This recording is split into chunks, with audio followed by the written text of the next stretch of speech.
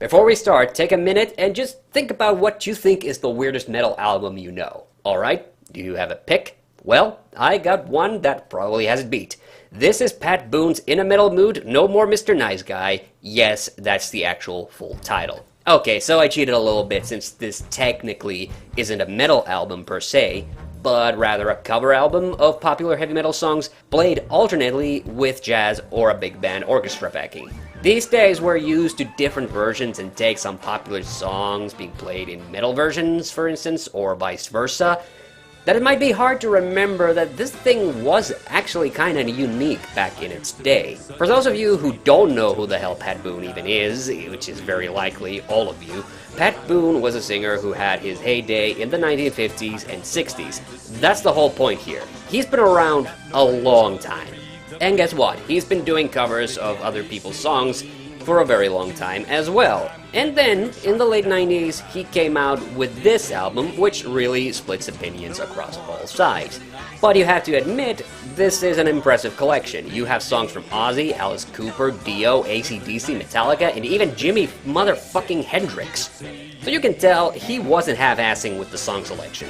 He even had Richie Blackmore play guitars? Holy shit! Now, fans of Boone at the time considered the album to be just in poor taste. As you can probably guess, it was a lot of old people, and it didn't help that Boone went around dressed like, well, this. But it also got very mixed reception from the heavy metal crowd. How did it do commercially? Well, it charted actually pretty damn high. As for Boone's own fans, many just flat out rejected it. Others, however, found a lot of comedy in it, and there's even a segment of the metal community that still considers this a musically very good album, albeit a bit on the strange side.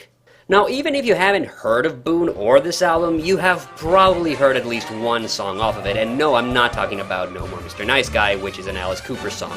I'm talking about his rendition of Crazy Train, which was used as the theme song for the Osbournes back in the early 2000s. What a fucking time to be alive, am I right? Now, you may think this album was no big deal, it was just a goof, and that Boone probably didn't mind selling out like this because he was old, rich, and famous.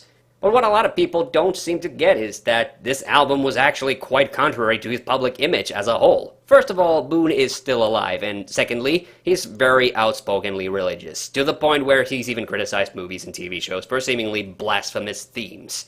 And yet, he had the guts to do a whole album of so-called devil's music back in the day and did it completely unapologetically and with gusto, because I'm not gonna pretend I care about the man's religious beliefs. This album is just fucking awesome. Honestly, if anything, I think it's sad it's now mostly written off as a joke, because there's a whole frickin' subgenre of YouTube videos that are basically dedicated to just this kind of music.